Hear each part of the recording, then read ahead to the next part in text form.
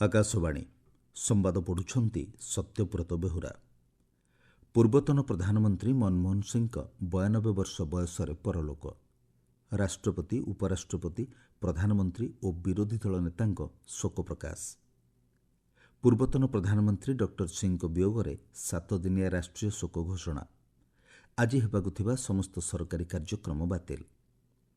ରଣନୈତିକ ସହଯୋଗ ସୁଦୃଢ଼ କରିବା ଉଦ୍ଦେଶ୍ୟରେ ଆମେରିକାର ଜାତୀୟ ସୁରକ୍ଷା ପରାମର୍ଶଦାତାଙ୍କ ସହ ଆଲୋଚନା କଲେ ବୈଦେଶିକ ମନ୍ତ୍ରୀ ଡକ୍ଟର ଏସ୍ ଜୟଶଙ୍କର।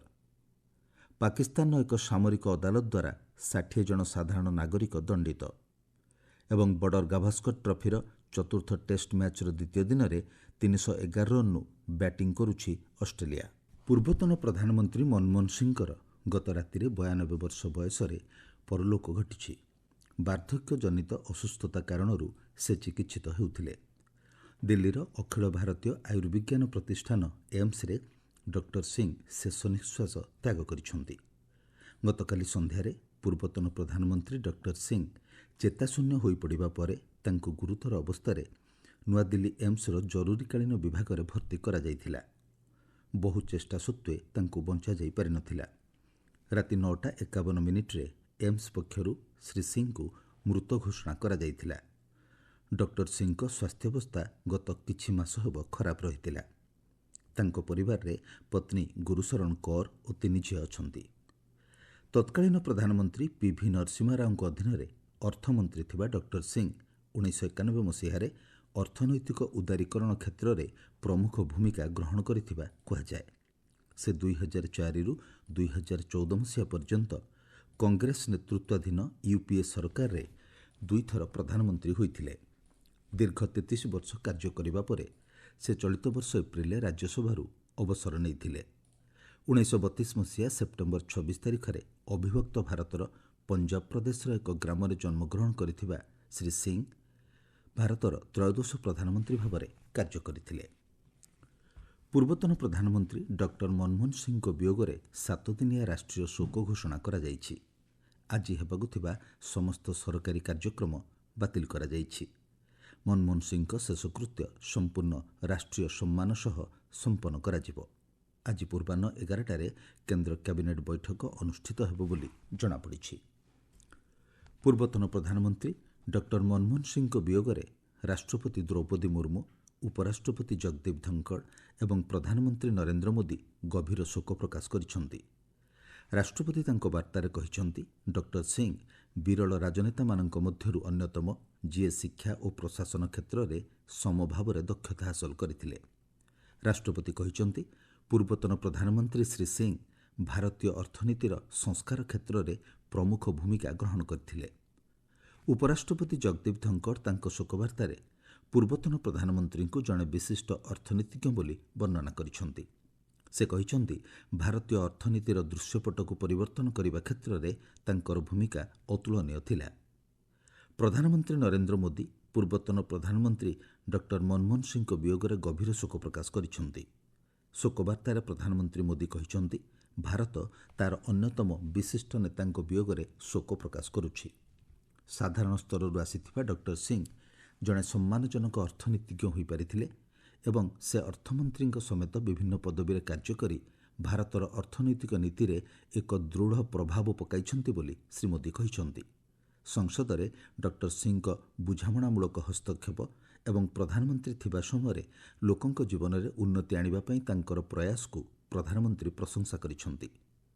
ପ୍ରଧାନମନ୍ତ୍ରୀ ମୋଦି କହିଛନ୍ତି, ଡକ୍ଟର ମନମୋହନ ସିଂ ପ୍ରଧାନମନ୍ତ୍ରୀ ଥିବାବେଳେ ଏବଂ ସେ ଗୁଜରାଟର ମୁଖ୍ୟମନ୍ତ୍ରୀ ଥିବାବେଳେ ସେମାନେ ନିୟମିତ ଭାବରେ କଥାବାର୍ତ୍ତା କରୁଥିଲେ। ସେ କହିଛନ୍ତି, ପ୍ରତ୍ୟେକ କ୍ଷେତ୍ରରେ ଡକ୍ଟର ସିଂଙ୍କର ଜ୍ଞାନ, ନମ୍ରତା ଏବଂ ବିଚାର କ୍ଷମତା ହୃଦ୍ବୋଧ ହୋଇଥାଏ। ସ୍ୱରାଷ୍ଟ୍ରମନ୍ତ୍ରୀ ଅମିତ ଶାହା ତାଙ୍କ ଶୋକବାର୍ତ୍ତାରେ କହିଛନ୍ତି, ଡକ୍ଟର ମନମୋହନ ସିଂ ରିଜର୍ଭ ବ୍ୟାଙ୍କର ଗଭର୍ଣ୍ଣରଠାରୁ ଆରମ୍ଭ କରି ଅର୍ଥମନ୍ତ୍ରୀ ଓ ପ୍ରଧାନମନ୍ତ୍ରୀ ଭାବରେ ଦେଶର ଶାସନରେ ଗୁରୁତ୍ୱପୂର୍ଣ୍ଣ ଭୂମିକା ଗ୍ରହଣ କରିଥିଲେ। କେନ୍ଦ୍ରମନ୍ତ୍ରୀ ତଥା ବିଜେପି ଅଧ୍ୟକ୍ଷ ଜେପି ନଡ୍ଡା କହିଛନ୍ତି, ଡକ୍ଟର ସିଂଙ୍କ ନେତୃତ୍ୱ ଦଳୀୟ ସ୍ତରରେ ପ୍ରଶଂସା ଓ ସମ୍ମାନ ଅର୍ଜନ କରିଛି। ତାଙ୍କ ପରମ୍ପରା ପରବର୍ତ୍ତୀ ପିଢ଼ିକୁ ଦେଶ ଗଠନ ପାଇଁ ପ୍ରେରଣା ଯୋଗାଇବ ବୋଲି ସେ କହିଛନ୍ତି। କେନ୍ଦ୍ର ସୂଚନା ଓ ପ୍ରସାରଣ ମନ୍ତ୍ରୀ ଅଶ୍ୱିନୀ ବୈଷ୍ଣବ ଏହି ଘଟଣାରେ ଦୁଃଖ ପ୍ରକାଶ କରିବା ସହ ଡକ୍ଟର ସିଂଙ୍କ ନେତୃତ୍ୱ, ନମ୍ରତା ଏବଂ ସମର୍ପଣ ସର୍ବଦା ସ୍ମରଣୀୟ ରହିବ ବୋଲି କହିଛନ୍ତି। କଂଗ୍ରେସ ଅଧ୍ୟକ୍ଷ ମଲ୍ଲିକାର୍ଜୁନ ଖଡ଼ଗେ ତାଙ୍କ ଶୋକବାର୍ତ୍ତାରେ କହିଛନ୍ତି, ଭାରତ ଜଣେ ଦୂରଦର୍ଶୀ ରାଜନେତା ଓ ଅର୍ଥନୀତିଜ୍ଞଙ୍କୁ ହରାଇଛି। ଦେଶ ନିର୍ମାଣରେ ଡକ୍ଟର ସିଂଙ୍କ ଅତୁଳନୀୟ ଅବଦାନ ଭାରତୀୟ ଇତିହାସରେ ସର୍ବଦା ଲିପିବଦ୍ଧ ହୋଇ ରହିବ ବୋଲି ସେ କହିଛନ୍ତି। କଂଗ୍ରେସ ନେତା ରାହୁଲ ଗାନ୍ଧୀ ଶୋକବାର୍ତ୍ତାରେ କହିଛନ୍ତି, ଡକ୍ଟର ସିଂ ଅସୀମ ଜ୍ଞାନ ଓ ସଚ୍ଚୋଟତାର ସହ ଭାରତର ନେତୃତ୍ୱ ନେଇଥିଲେ। ସେ ଆହୁରି ମଧ୍ୟ କହିଛନ୍ତି, ଡକ୍ଟର ସିଂଙ୍କ ନମ୍ରତା ଏବଂ ଅର୍ଥନୀତି ବିଷୟରେ ବୁଝାମଣା ଦେଶକୁ ପ୍ରେରଣା ଦେଇଛି।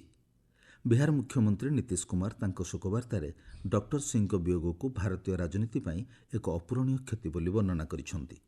ସେ କହିଛନ୍ତି, ଡକ୍ଟର ସିଂଙ୍କ ନେତୃତ୍ୱରେ ଭାରତୀୟ ଅର୍ଥନୀତିକୁ ଏକ ନୂଆ ଦିଗ ମିଳିଥିଲା। ଆପଣମାନେ ସମ୍ବାଦ ଶୁଣୁଛନ୍ତି ଆକାଶବାଣୀରୁ। ବୈଦେଶିକ ବ୍ୟାପାର ମନ୍ତ୍ରୀ ଡକ୍ଟର ଏସ୍ ଜୟଶଙ୍କର ୱାଶିଂଟନ ଡିସିରେ ଗତ ରାତିରେ ଆମେରିକାର ଜାତୀୟ ସୁରକ୍ଷା ପରାମର୍ଶଦାତା ଜ୍ୟାକ୍ ସୁଲିଭାନଙ୍କୁ ସାକ୍ଷାତ କରିଛନ୍ତି। ଉଭୟ ନେତା ଭାରତ ଆମେରିକା ରଣନୈତିକ ଭାଗିଦାରୀର ଅଗ୍ରଗତି ଉପରେ ବିସ୍ତୃତ ଆଲୋଚନା କରିଥିଲେ। ସାମ୍ପ୍ରତିକ ଆଞ୍ଚଳିକ ଏବଂ ବିଶ୍ୱସ୍ତରୀୟ ସମସ୍ୟା ଉପରେ ଉଭୟ ନେତା ମତ ବିନିମୟ କରିଥିଲେ। ଡକ୍ଟର ଜୟଶଙ୍କର ଚଳିତ ମାସ 24 ତାରିଖରୁ 6 ଦିନିଆ ଆମେରିକା ଗସ୍ତରେ ଯାଇଛନ୍ତି।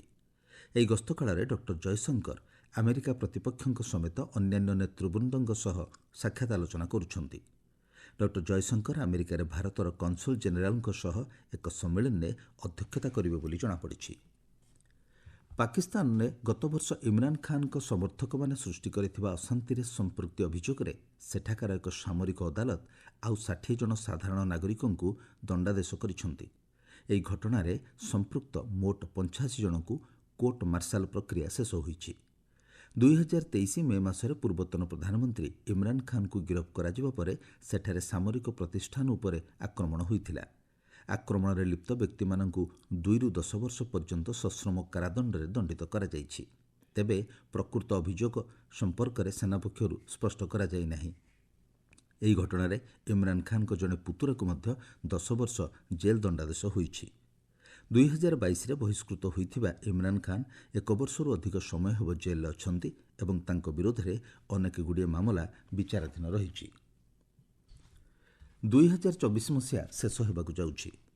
ଆକାଶବାଣୀ ସମାଚାର ବିଭାଗ ଚଳିତ ବର୍ଷ କେନ୍ଦ୍ର ସରକାରଙ୍କ ବିଭିନ୍ନ ମନ୍ତ୍ରଣାଳୟର ପ୍ରମୁଖ କାର୍ଯ୍ୟାବଳୀ ଉପରେ ଝଲକ ପ୍ରସ୍ତୁତ କରୁଛି। ଆଜି ଆସନ୍ତୁ ଶୁଣିବା କେନ୍ଦ୍ର ପର୍ଯ୍ୟଟନ ମନ୍ତ୍ରଣାଳୟର ପ୍ରମୁଖ ପଦକ୍ଷେପ ଏବଂ ଉପଲବ୍ଧି ସମ୍ପର୍କରେ। କେନ୍ଦ୍ର ପର୍ଯ୍ୟଟନ ମନ୍ତ୍ରଣାଳୟ ଦେଶରେ ପର୍ଯ୍ୟଟନକୁ ପ୍ରୋତ୍ସାହିତ କରିବା ପାଇଁ ବର୍ଷ ତମାମ ବିଭିନ୍ନ ପଦକ୍ଷେପ ଗ୍ରହଣ କରିଛି। ପ୍ରବାସୀ ଭାରତୀୟଙ୍କୁ ସେମାନଙ୍କ ଅଣଭାରତୀୟ ବନ୍ଧୁମାନଙ୍କୁ ଦେଶ ଭ୍ରମଣ ପାଇଁ ନିମନ୍ତ୍ରଣ କରିବା ଉଦ୍ଦେଶ୍ୟରେ ଚଲୋ ଇଣ୍ଡିଆ ଅଭିଯାନ ଆରମ୍ଭ କରାଯାଇଛି। ଏହି ଅଭିଯାନ ଅଧୀନରେ ଭାରତକୁ ଆସୁଥିବା ବିଦେଶୀ ପର୍ଯ୍ୟଟକଙ୍କ ପାଇଁ 1 ଲକ୍ଷ ଦେୟମୁକ୍ତ ଇ-ଭିସା ଜାରି କରାଯାଇଛି। ଦେଶର ସବୁଠାରୁ ପସନ୍ଦଯୋଗ୍ୟ ପର୍ଯ୍ୟଟନସ୍ଥଳୀକୁ ଚିହ୍ନଟ କରିବା ପାଇଁ ଦେଶବ୍ୟାପୀ ଦେଖୋ ଆପନା ଦେଶ ପିପୁଲ୍ସ ଚଏସ୍ ନାମକ ସର୍ଭେ ଆରମ୍ଭ କରାଯାଇଥିଲା। ପର୍ଯ୍ୟଟନସ୍ଥଳୀଗୁଡ଼ିକରେ ସାମିଲ ଥିବା ଗାଁଗୁଡ଼ିକୁ ସ୍ୱୀକୃତି ଦେବା ପାଇଁ ମନ୍ତ୍ରଣାଳୟ ପକ୍ଷରୁ ଚଳିତ ବର୍ଷ ଶ୍ରେଷ୍ଠ ପର୍ଯ୍ୟଟନ ଗ୍ରାମ ପ୍ରତିଯୋଗିତାର ଦ୍ୱିତୀୟ ସଂସ୍କରଣ ଆୟୋଜନ କରାଯାଇଥିଲା। ଅନ୍ୟପକ୍ଷରେ 23ଟି ରାଜ୍ୟରେ ଆଇକନିକ୍ ପର୍ଯ୍ୟଟନ କେନ୍ଦ୍ରଗୁଡ଼ିକର ବିକାଶ ପାଇଁ ପୁଞ୍ଜିନିବେଶ ନିମନ୍ତେ ରାଜ୍ୟଗୁଡ଼ିକୁ 3,295 କୋଟି ଟଙ୍କାର 40ଟି ପ୍ରକଳ୍ପ ଅନୁମୋଦନ କରାଯାଇଥିଲା। ଏଥିସହିତ ପର୍ଯ୍ୟଟକମାନଙ୍କୁ ବିଶ୍ୱସ୍ତରୀୟ ସେବା ଯୋଗାଇ ଦେବା ଲାଗି ମନ୍ତ୍ରଣାଳୟ ପକ୍ଷରୁ 8ଟି ଉନ୍ନତ ବର୍ଗର ପ୍ରତିଷ୍ଠାନ ଏବଂ 21ଟି ହୋଟେଲ ମ୍ୟାନେଜମେଣ୍ଟ ଅନୁଷ୍ଠାନ ସହ ଚୁକ୍ତି ସ୍ୱାକ୍ଷରିତ ହୋଇଛି। ମେଲବର୍ଣ୍ଣଠାରେ ଚାଲିଥିବା ବର୍ଡର ଗାଭାସ୍କର ଟ୍ରଫିର ଚତୁର୍ଥ ଟେଷ୍ଟ ମ୍ୟାଚ୍ର ଆଜି ଦ୍ୱିତୀୟ ଦିନରେ ଅଷ୍ଟ୍ରେଲିଆ ପୂର୍ବ ଦିନର ସ୍କୋର 6 ୱିକେଟ୍ରେ 311 ରନ୍ରୁ ବ୍ୟାଟିଂ ଆରମ୍ଭ କରିଛି। ସମ୍ବାଦ ପ୍ରସ୍ତୁତ ହେବା ବେଳକୁ ଅଷ୍ଟ୍ରେଲିଆ 113 ଓଭରରେ 7ଟି ୱିକେଟ୍ ହରାଇ 454 ରନ୍ କରିଛି। ଗତକାଲି ଟସ୍ ଜିତି ଅଷ୍ଟ୍ରେଲିଆ ବ୍ୟାଟିଂ କରିବାକୁ ନିଷ୍ପତ୍ତି ନେଇଥିଲା। ମୁଖ୍ୟ ସମ୍ବାଦ ପୁଣି ଥରେ। ପୂର୍ବତନ ପ୍ରଧାନମନ୍ତ୍ରୀ ମନମୋହନ ସିଂଙ୍କ 92 ବର୍ଷ ବୟସରେ ପରଲୋକ। ରାଷ୍ଟ୍ରପତି, ଉପରାଷ୍ଟ୍ରପତି, ପ୍ରଧାନମନ୍ତ୍ରୀ ଓ ବିରୋଧୀ ଦଳ ନେତାଙ୍କ ଶୋକ ପ୍ରକାଶ। ପୂର୍ବତନ ପ୍ରଧାନମନ୍ତ୍ରୀ ଡକ୍ଟର ସିଂଙ୍କ ବିୟୋଗରେ 7 ଦିନିଆ ରାଷ୍ଟ୍ରୀୟ ଶୋକ ଘୋଷଣା। ଆଜି ହେବାକୁ ଥିବା ସମସ୍ତ ସରକାରୀ କାର୍ଯ୍ୟକ୍ରମ ବାତିଲ। ରଣନୈତିକ ସହଯୋଗ ସୁଦୃଢ଼ କରିବା ଉଦ୍ଦେଶ୍ୟରେ ଆମେରିକାର ଜାତୀୟ ସୁରକ୍ଷା ପରାମର୍ଶଦାତାଙ୍କ ସହ ଆଲୋଚନା କଲେ ବୈଦେଶିକ ମନ୍ତ୍ରୀ ଡକ୍ଟର ଏସ୍ ଜୟଶଙ୍କର। ପାକିସ୍ତାନର ସାମରିକ ଅଦାଲତ ଦ୍ୱାରା 60 ଜଣ ସାଧାରଣ ନାଗରିକ ଦଣ୍ଡିତ। ଏବଂ ବର୍ଡର ଗାଭାସ୍କର ଟ୍ରଫିର ଚତୁର୍ଥ ଟେଷ୍ଟ ମ୍ୟାଚ୍ର ଦ୍ୱିତୀୟ ଦିନରେ 311 ରନ୍ରୁ ବ୍ୟାଟିଂ କରୁଛି ଅଷ୍ଟ୍ରେଲିଆ। ସମ୍ବାଦ ଶେଷ ହେଲା।